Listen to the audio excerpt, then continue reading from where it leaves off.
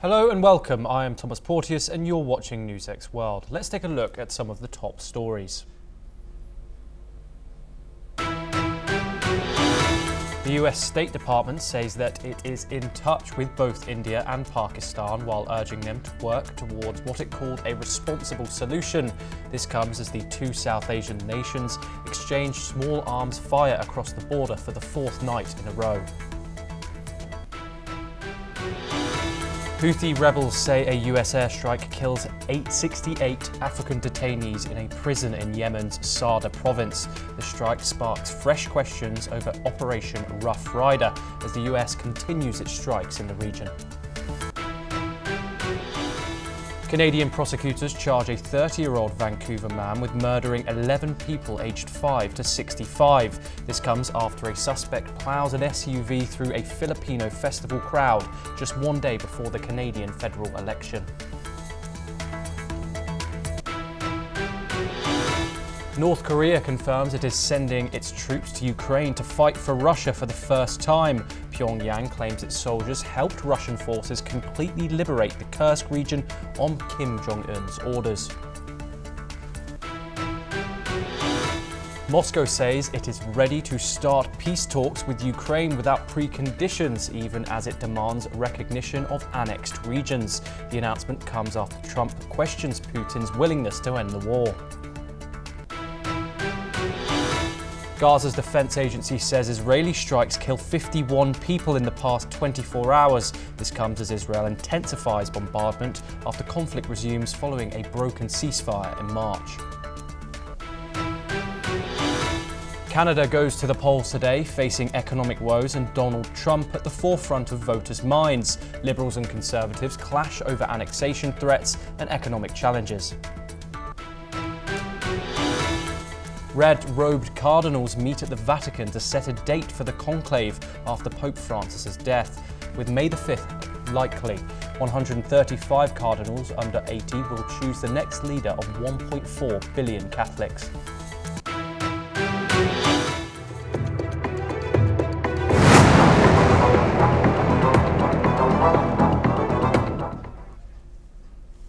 India has officially protested the BBC's reporting on a recent terror attack in Jammu and Kashmir, calling out their use of the term militants and gunmen to describe the terrorists. The Indian government has expressed its strong objections to BBC India head Jackie Martin and has written a formal letter. India's Ministry of External Affairs will now closely monitor the BBC's content. The attack in Pahalgam, which claimed the lives of 26 people, including a foreign national, was attributed to the Resistance Front, a Pakistan-based terror group. However, Western outlets like the New York Times and BBC have been criticised for downplaying the incident, referring to it as a militant attack, not terrorism. The US Foreign Affairs Committee has also condemned the New York Times for its coverage, accusing it of distorting the reality of terrorism in Kashmir. This controversy highlights the ongoing issue of how Western media reports on terrorism, with many accusing them of whitewashing such attacks. We are now joined by our guest today, retired Major General Sudhakar G, geopolitics, strategic and defence expert. Thank you very much for joining us. General G, I just wanted to get your initial thoughts before we dive a bit deeper into this on the Western-led narrative on the attack that happened in Jammu and Kashmir just a few days ago. Well, Thomas, good afternoon. Thank you for getting me to your show. And I just heard you giving a preamble with regard to BBC, a formal letter having been written by the government of India to BBC, which is trying to downplay the terrorist act as a militant act. It should be straight away dismissed because BBC is always in the habit of, manipulating the reports, giving out a kind of opposite paradigm, opposite narrative. So as regards this particular attack which is taking place, it's been actually building up in my mind as a student of geopolitics and strategy and defense and security. I personally feel that I've carried out a very deep study of proxy war launched by Pakistan against India. This proxy war is going to not end anytime soon. It is going to carry on. I would say maybe eternal timeline is perhaps an exaggeration. Hope it is an exaggeration. But to my reckoning, it is going to continue because the very concept and the central paradigm of philosophy of Pakistan's existence is based on the concept of bleeding India with thousand cuts. This particular paradigm was formulated by the forefathers of Pakistan way back in 1965, formally issued as a kind of a doctrine by Zia-ul-Haq when he was the martial ruler in 1979. And because by then they had realized it was becoming impossible for them to defeat India conventionally and take back Jammu and Kashmir or liberate Jammu and Kashmir for further integration with Pakistan. So this is a kind of a warfare which will continue till foreseeable future.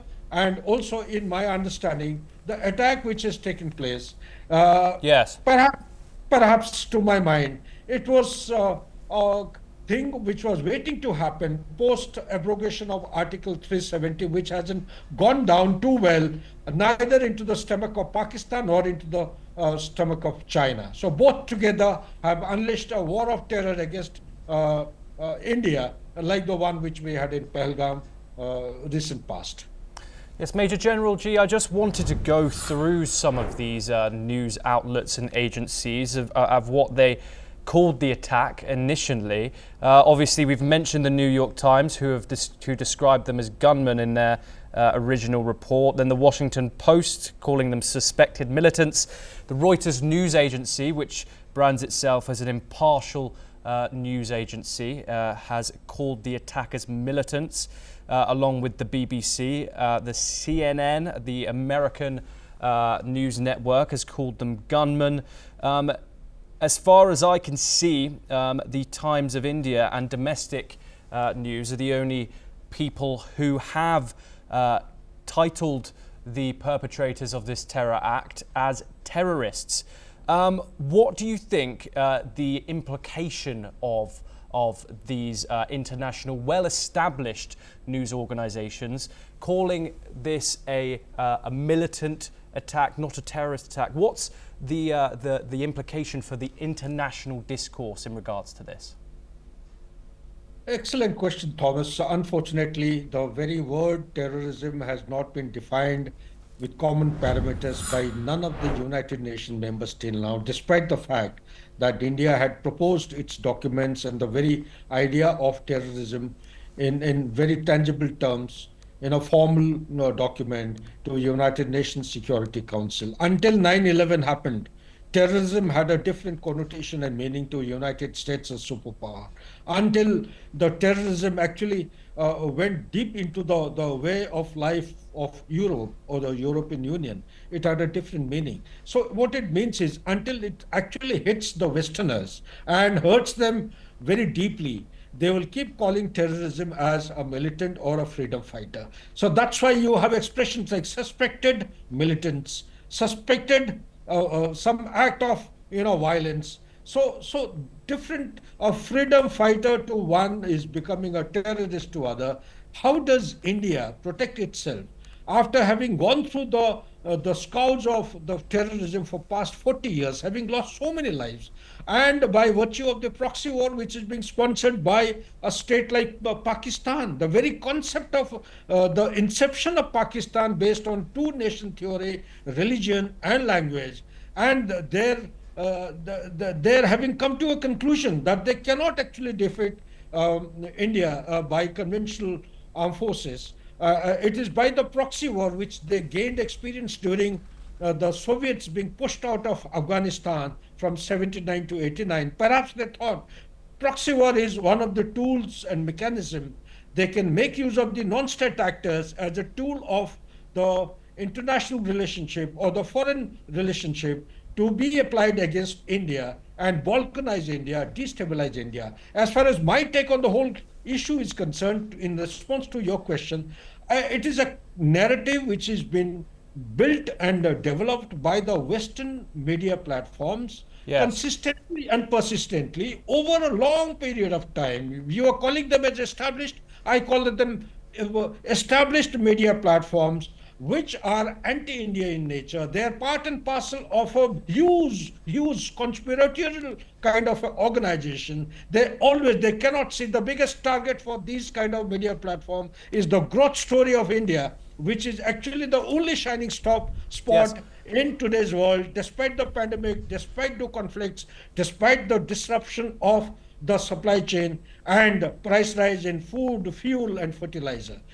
My take is that while it cannot be discounted, it should be rebutted, like the way India has done in form of a formal letter, case by case, and with substance and facts and figures. Back to you, please. Yes, Major General G, obviously this has, the phrasing of this throughout the world has also meant a lot to the Indian government as well. We've seen the Ministry of External Affairs put out that tweet crossing out the New York Times headline. I just want to read out the definition of terrorist for you. It's someone who, terrorism is the use of unlawful use of violence and intimidation, especially against civilians, in the pursuit of political aims.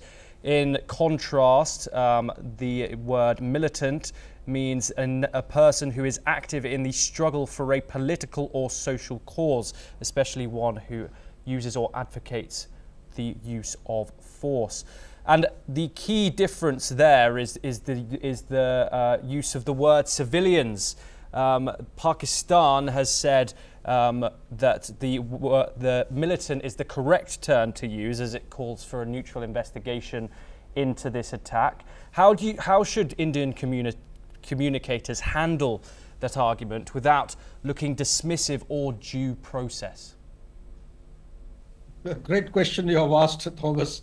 I hope I am able to give you a response in a satisfactory manner. To me, terrorism means killing of innocent lives, and it could be a civilian, it could be a man in uniform as well. A man in uniform, while proceeding on leave or on temporary duty from place of duty to another place, if he is actually subverted or he is being assaulted by means of a firearm, wherein he loses his life, also should be termed as an attack by a terrorist. Terrorist, ultimately, if it is a death of an innocent life, who's not actually fighting, and terrorism also has got another offshoot.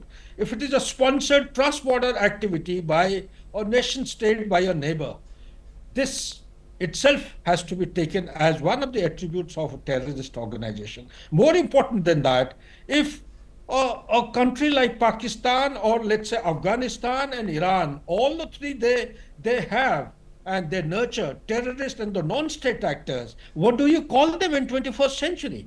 Are we prepared as the humans of 21st century or the mankind of 21st century to accept such kind of violent activities by non-state actors who are not part and parcel of the liberal rules-based international order? Certainly, my answer is no. In 21st century, you, me, and all of us in the world, the mankind should be expecting that we know where the danger is. We should be able to secure and make our life safe and absolutely stable, and also live in a normal kind of a life. Only then you keep progressing and go into a lifestyle of quality and progress and improvement. That is what I am saying. The world to be free of terrorism means any non-state actor, regardless of the terminology that we use, whether it is militant, at places people use as insurgents, violence has got no place for society. Insurgent is no means of protestation against a rule of law. So therefore, the rule of law has got some limits. It must be defined clearly. There is no scope of anybody picking up a firearm and firing at another human being. Picking up a firearm, cause or no cause, sponsored by a neighboring state, and also being used as a state tool or a state machinery to extend its objective of international relations or the foreign relations, is actually to be taken as terrorism. Back to you, please. Yes, Major General Sudhakar Ji, thank you very much for joining us.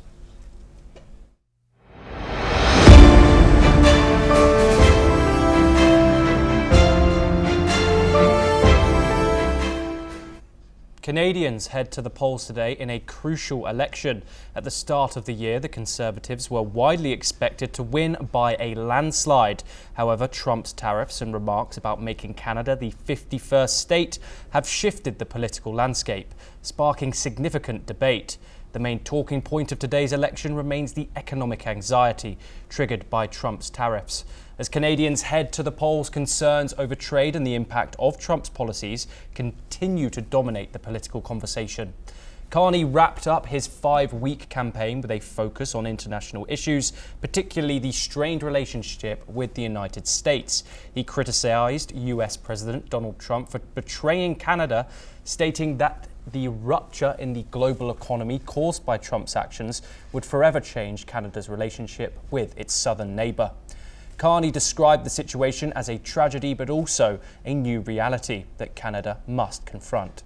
Meanwhile, Poilievre, also campaigning, echoed Carney's sentiments about the US tariffs, emphasising the need for Canada to take a firm stance against the American economic pressure. Let's take a listen in to what Carney and Poilievre had to say. It is true that President Trump has betrayed Canada. He's betrayed Canada. And he has ruptured the global economy. Our old relationship with the United States is over, unfortunately. And America's leadership of the global economy is over. And this is a tragedy. This is still in play, but it is a tragedy. It is also our new reality. We have toward production here in Canada. I've announced that as long as the tariffs are in place, Conservatives will axe the federal sales tax on Canadian-made automobiles. We will unlock construction of 4 massive Arctic icebreakers that will reassert our dominance in our waters and keep the Russians and the Chinese out of our territory. The election campaigning on Sunday, however, saw a grave turn when a deadly car ramming attack in Vancouver, Canada, left 11 people dead and dozens more injured. The attack occurred during a Filipino street festival in the Sunset Fraser neighbourhood. Several leaders across Canada have expressed their sorrow over the tragic attack. Mark Carney and Pierre Poilievre also spoke about the attack in their closing speeches. Let's listen in to what Mark Carney and Pierre Poilievre had to say. Last night, families lost a sister, a brother, a mother, a father, a son, or a daughter. Those families are living every family's nightmare. And to them and to the many others who were injured, to the Filipino-Canadian community, and to everyone in the broader Lower Mainland, Vancouver, I would like to offer my deepest condolences and my wishes for strength and compassion in this tragic time. I know that I join all Canadians in mourning with you. I know that Canadians... Good morning, everyone. Just wanted to be here today with you in solidarity after the terrible attacks that we witnessed in British Columbia. I know many of you are shocked, heartbroken, and saddened by this senseless act of violence and by the innocent and treasured lives that have been lost. And Anna and I just wanted you all to know that our hearts are with you today. All Canadians are united in solidarity with the Filipino community. All Canadians are united with you in mourning the loss of these treasured lives and in binding our country together to support the surviving. Canadians are set to head to the polls with this tragedy in their backdrop. The latest polls show a widening gap between the two frontrunners, with the Liberals at 43% support compared to the 38.9% for the Conservatives. The first results of the 2025 Canadian election are expected shortly after 7 p.m. and 7:30 p.m. Eastern Time, when voting concludes in the 4 Atlantic provinces. Let's move now down under, where US President Donald Trump and Tesla CEO Elon Musk became hot topics in a televised debate between Australia's Labour and Liberal Party leaders on Sunday. Opposition leader Peter Dutton was asked about his comparison to Musk, and he called the billionaire an evil genius. When he asked if he distanced himself from Trump, Dutton stated, "I haven't sought to be anybody other than myself." Prime Minister Anthony Albanese also faced comparisons to Trump, with Dutton labelling him Trump light. Albanese fired back, questioning Dutton's support for a proposed government agency like Musk's Department of Government Efficiency. Ahead of Saturday's election, Albanese warned that a Liberal-led government would bring chaos, but refrained from mentioning Trump. Albanese leads in the polls, winning in the recent debate with 50% of the studio vote. 25% voted for Dutton, and the remaining 25% remained undecided. Australia's election will take place on May the 3rd as tensions between Trump's volatile diplomacy and tariffs continue to influence global politics. Let's listen in to what the two contenders had to say. I think with people on 100% trust, but he has different views, different values. Yes. I support free and fair trade. He doesn't. Can we trust Donald Trump to have our back on security?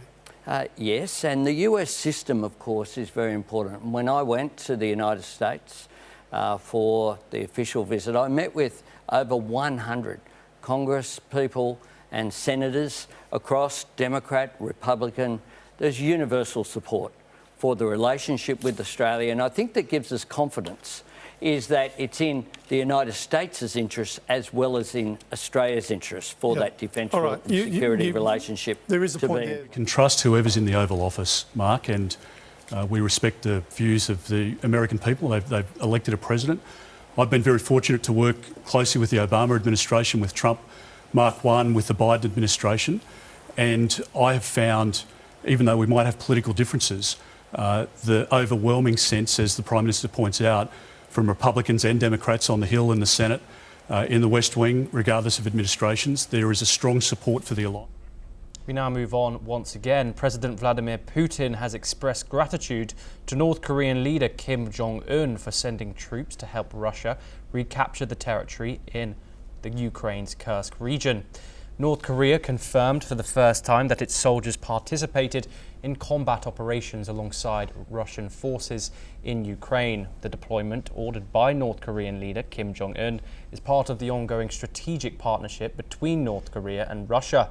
The US State Department also said that it was concerned by North Korea's direct involvement in the war and stated that Pyongyang's military deployment for Russia must end.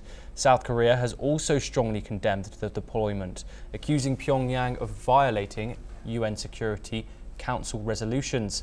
Let's listen in to what the South Korean Defense Ministry spokesperson and Reunification Ministry spokesperson had to say.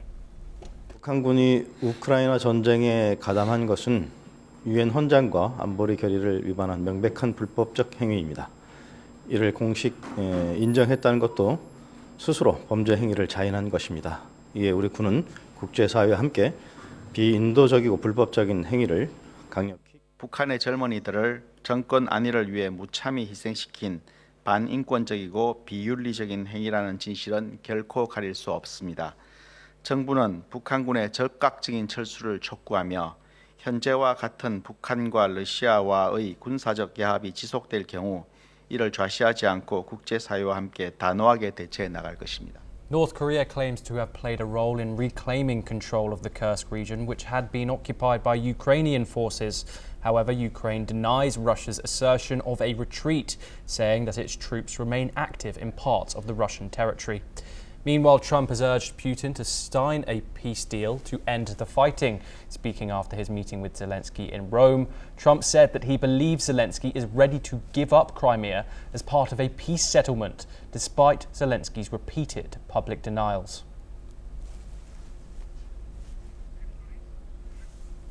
Let's now turn to the Middle East. Israel is facing accusations of violating international law by refusing to allow aid into Gaza, as hearings began at the International Court of Justice in The Hague.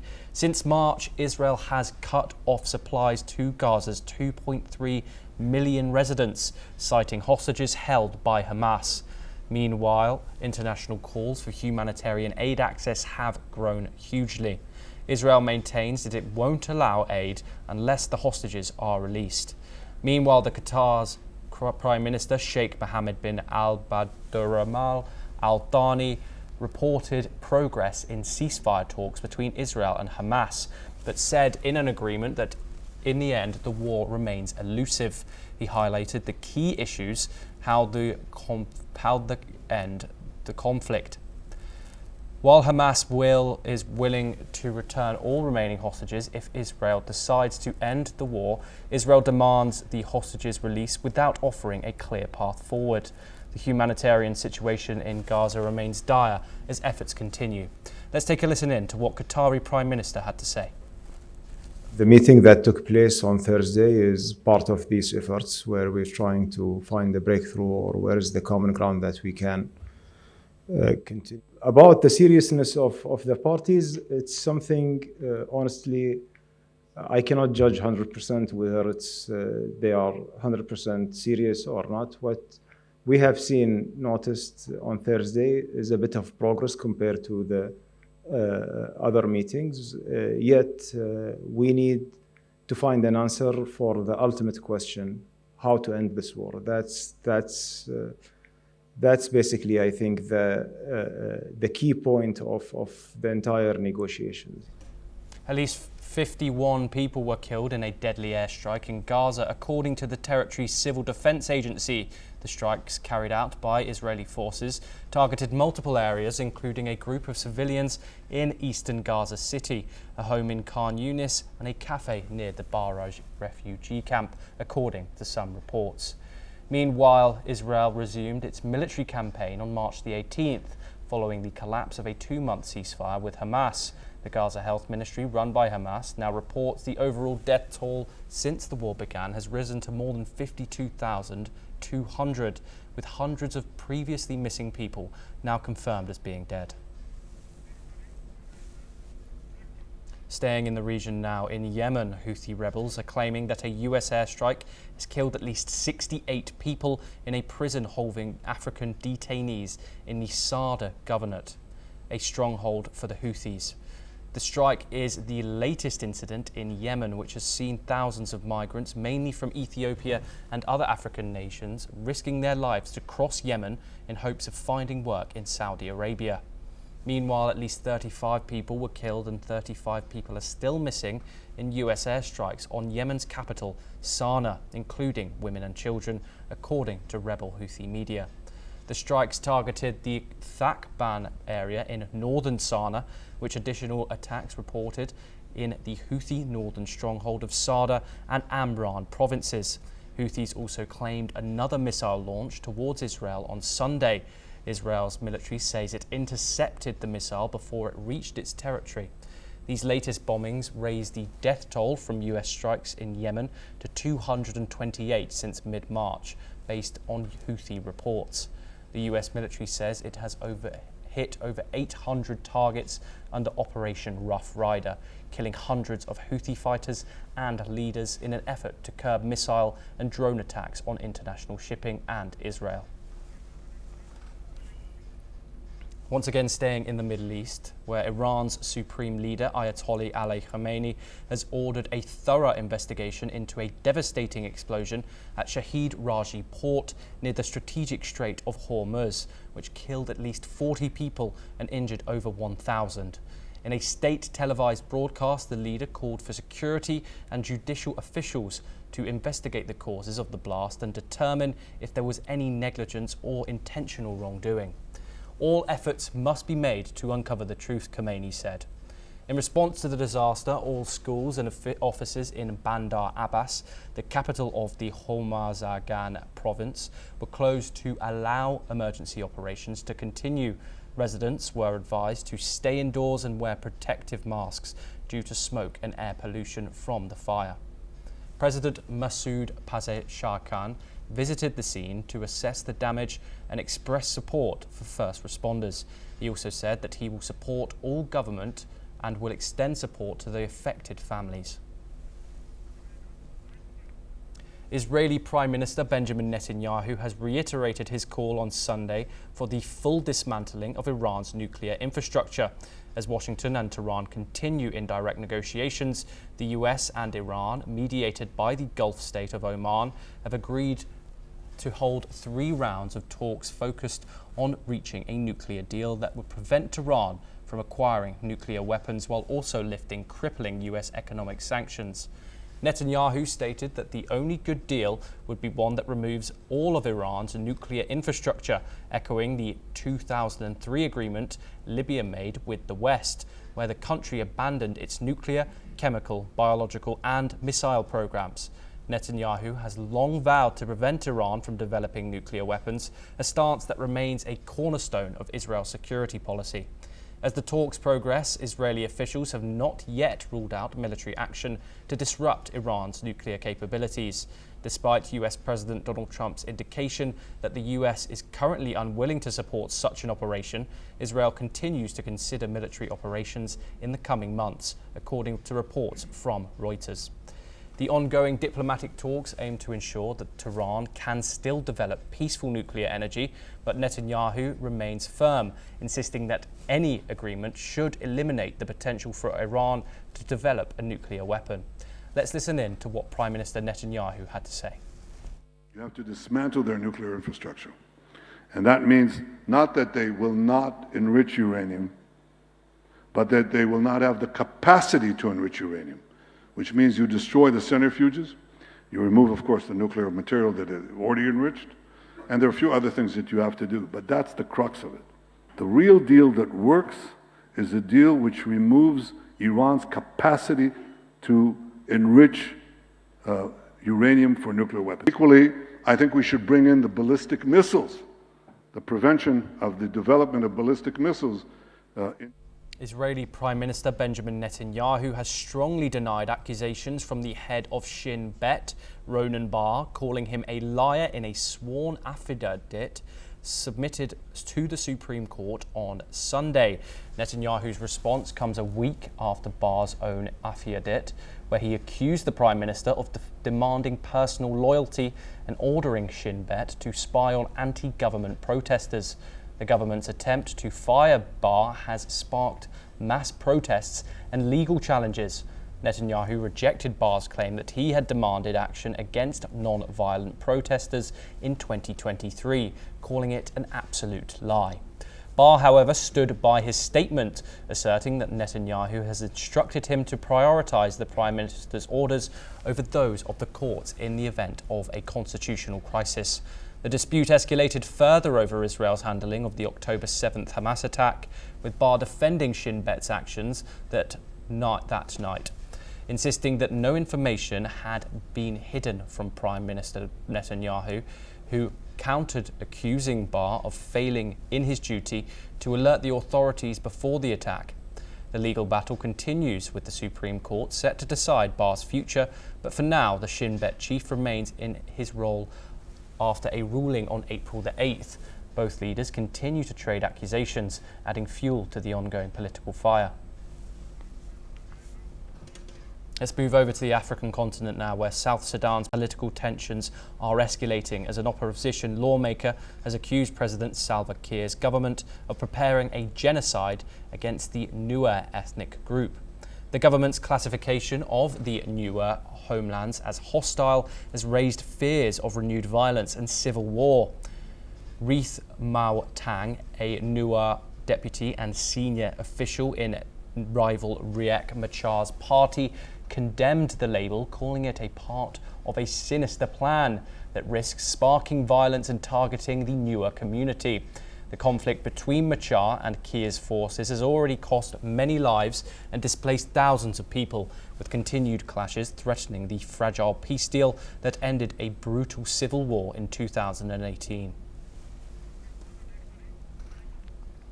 China has declared it's on the right side of history amid its ongoing trade war with the United States. Speaking in Beijing, senior economic planner Zhao Zhenqing rejected Washington's actions as unilateral bullying, stressing that China's path aligns with global values and morality. Meanwhile, China has vowed to continue pushing back against US tariffs, with the government confident that its economy can withstand the pressure. Despite this, officials acknowledge the mounting challenges, especially for export-orientated businesses. Let's take a listen in to what Vice Chairman of the National Development and Reform Commission had to say.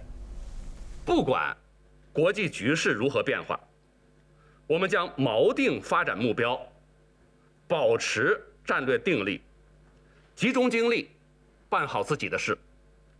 我们对实现今年经济社会发展目标任务，我们充。 In other news, US Treasury Secretary Scott Bessent has defended President Trump's tariff strategy, calling it a means of creating strategic uncertainty to gain leverage. But Beijing remains firm, calling for a fair and respectful dialogue. Turning to US-China relations, the Chinese Foreign Ministry denied recent claims that President Xi Jinping had spoken with President Donald Trump. Both leaders have not held talks on tariffs despite Trump's recent comments to the contrary. Let's take a listen in to what the Chinese Foreign Ministry spokesperson said. 据我了解，近期两国元首没有通话。我要重申，中美双方并没有就关税问题进行磋商或谈判。 Now in Southeast Asia, Japan and Vietnam are strengthening trade relations as Japan's Prime Minister Shigeru Ishiba visits Hanoi. Both countries are working to avoid US tariffs, which have caused global concerns over trade disruptions. And in South Korea, the government has ruled out finalizing a trade deal with the US before the presidential election on June the 3rd, amid political uncertainties. Now we move over to Europe. Jordan Bardella, the president of the French far-right National Rally Party, has announced that he plans to run as the party's presidential candidate in 2027 should the leader Marine Le Pen remain barred from seeking office. Le Pen, who has previously run for president 3 times, was recently handed a 5-year ban from holding public office after being found guilty of misappropriating European Union funds. While she denies any wrongdoing and plans to appeal, Bardella, who was not implicated in the case, expressed his readiness to step up if necessary. He emphasised his support for Le Pen, stating that she remains his candidate, but it remains clear that he would be prepared to run if she were unable to.